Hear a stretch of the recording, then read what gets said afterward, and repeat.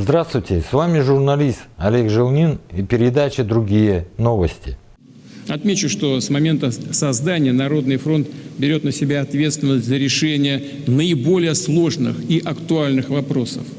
В этап, где трудно, где нужна реальная, а не бумажная работа, где надо реализовывать большие проекты, отвечать на вызовы, объединять энергию, устремления людей. И повторю, ОНФ стал эффективным институтом гражданского общества, гражданской солидарности, консолидации, общественного участия и контроля. Народный фронт стал гораздо шире, чем команда, которая здесь работает. Мы посчитали, у нас за время существования Народного фронта президент дал 1100 поручений. Приходит 3,5 миллиона вопросов в прямой линии. Кто бы что ни говорил, помочь можно практически каждому человеку.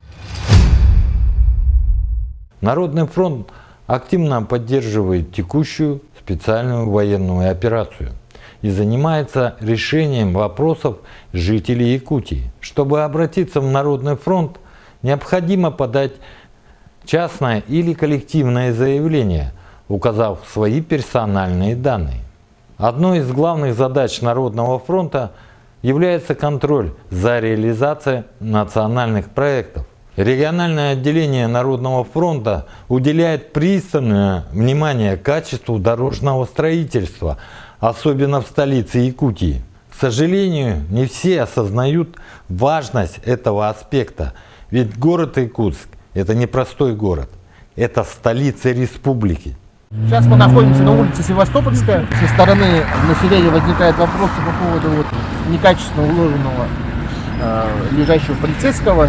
По произведенным работам, по этому поводу обратились в адрес заказчика и подрядчика, и на сегодняшний день они устранили данные замечания. На данный момент замечания по просадке и санации крыши устранены. По гарантийным обязательствам основные работы все выполнены, остались пару моментов, это будем доделывать. Особое внимание Народного фронта Якутии уделяется контролю социальных объектов, которые возводятся в рамках национальных проектов. В связи с этим было принято решение проверить территорию новой спортивной школы номер 10 в городе Якутске. После обращения Народного фронта в прокуратуру республики о ненадлежащем качестве строительства прилегающей территории ДЮСШ-10 в городе Якутске были приняты меры прокурорского реагирования в виде предписания. Вчера мы проверили еще раз данную территорию, начались работы, предписание прокуратуры исполняется. Народный фронт продолжает держать ситуацию на контроле. Уже не первый год активисты фронта добиваются возведения школы номер 4 в столице Якутии. В очередной раз мы посетили строящуюся 4-ю школу. Мы следим за строительством этой школы уже несколько лет. Вот объекты все переносится и переносится. Но сейчас, после смены подрядчика, мы видим, что какое-то движение на стройке уже есть. Определенно мы надеемся, что к осени тепловой контур будет закрыт. Работы начали мы с апреля этого года. На сегодняшний день залито где-то 400 кубов монолита. Идут кладочные работы. Кладка завершена где-то на 85%. Идут работы по протяжке кабелей электрики и слаботочных систем. Под цоколем внутренняя канализация и наружная канализация. И я очень благодарна, конечно, Народному фронту, что есть люди, которые от всей души болеют за детей. На контроле у Народного фронта находится и первая школа города Якутска, которая ведется в строй 1 сентября. Народный фронт ждет приглашения и отчеты подрядчика и заказчика строительства первой школы. Указом главы Якутии Айсеном Николаевым в декабре 2021 года 1 июля было объявлено в республике Днем ветеранов боевых действий.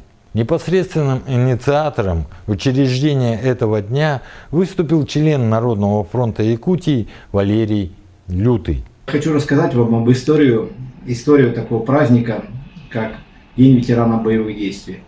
Он праздновался уже давно, праздновался он просто ребятами, но это не официальный праздник. Я сам ветеран боевых действий.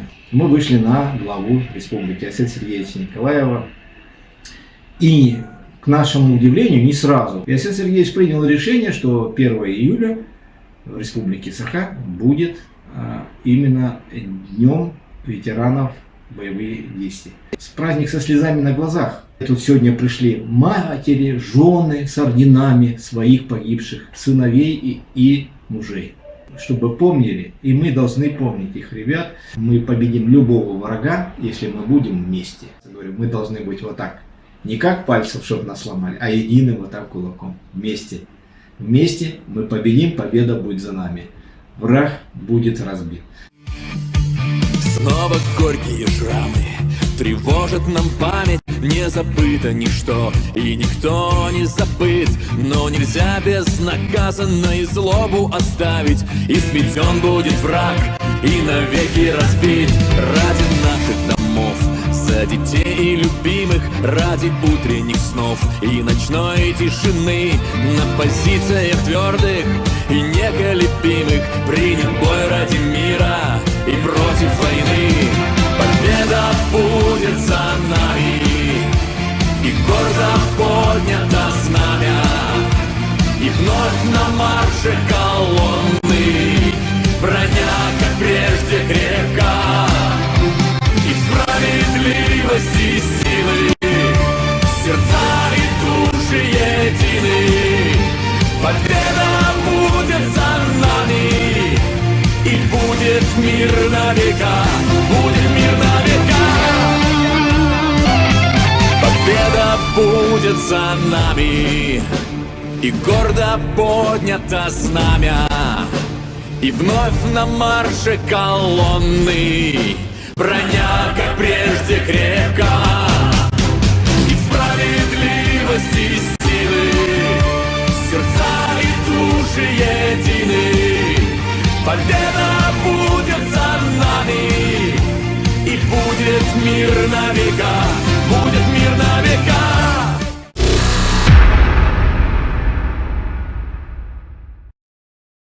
В День ветеранов боевых действий в Якутии в историческом парке «Россия. Моя история» в Якутске был проведен урок мужества.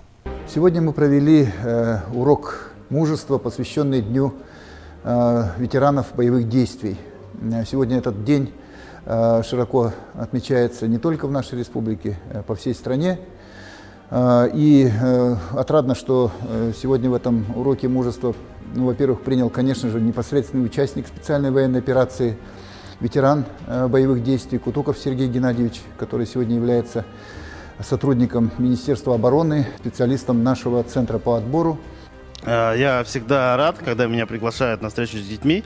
Я на самом деле педагог, в первую очередь, да, для меня большей гордостью, наверное, считается, да, чем я больше горжусь, тем, что я все-таки учитель истории. И ситуация сложилась тем, что я вот пошел как бы защищать Родину. То есть тогда, когда Родине это больше всего было нужно. Особо хотел отметить вопросы, которые задавали дети. Причем такие очень вдумчивые, глубокие вопросы. Я вот даже обратил внимание на то, что девочка 11 лет, казалось бы, совсем маленькая девочка, задавала такие вопросы, и чувствовалось в ее глазах, что она как бы вот проживает эту ситуацию, да? Для нее она много значит. И потом, когда мы поинтересовались, и вот тут она сказала, что мое главное желание – это то, что мой папа вернулся живым домой. И я жду очень, когда он вернется. У меня есть одна мечта, чтобы он поскорее вернулся сюда, обратно. И хочу передать ему привет.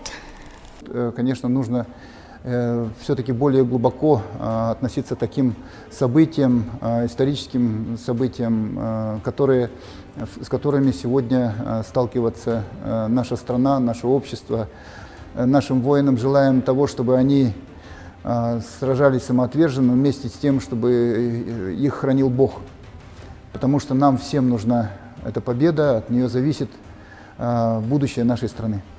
После самого урока мы провели экскурсии по экспозиции нашего отряда «Баатур» и по выставке трофейной техники НАТО. которая нам представлена на экспонирование, длительное экспонирование Восточным военным округом. Исторический парк «Россия. Моя история» представляет собой мультимедийный выставочный центр, где посетителей ждут весьма познавательные выставки. Экспозиция, приуроченная ко Дню Республики Саха-Якутия, Году единства народов России и Году культуры в регионе, открывает перед зрителями богатое этнокультурное многообразие Якутии. Путешествуя по залам, посетители ознакомятся с глубокой историей, самобытными традициями, старинными обрядами, красивым фольклором и повседневной жизнью якутов, русских, эвенов, эвенков, юкагиров, чукчей и долган. Выставка, состоящая из 10 тематических залов, где 7 посвящены уникальной культуре отдельных народов, демонстрирует тесное взаимовлияние и переплетение традиций в общем историческом пространстве. Приходите, ждем вас. Выставка «150 артистов Союза театральных деятелей». 150 лет русского театра – целая эпоха на одной сцене.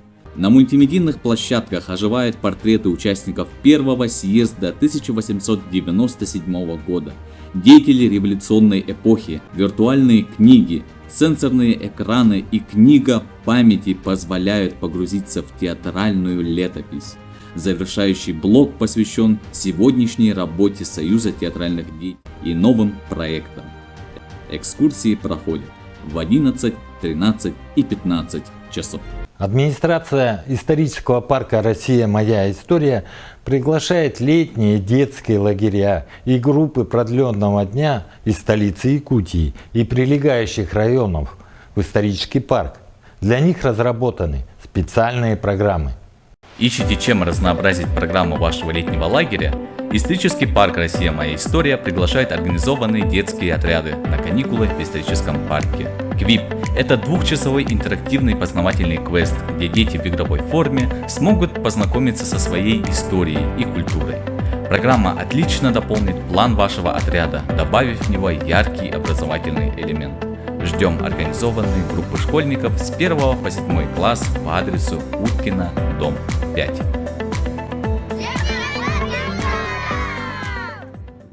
Желаю вам приятного лета и хорошего настроения. С вами был Олег Желнин. До скорых встреч!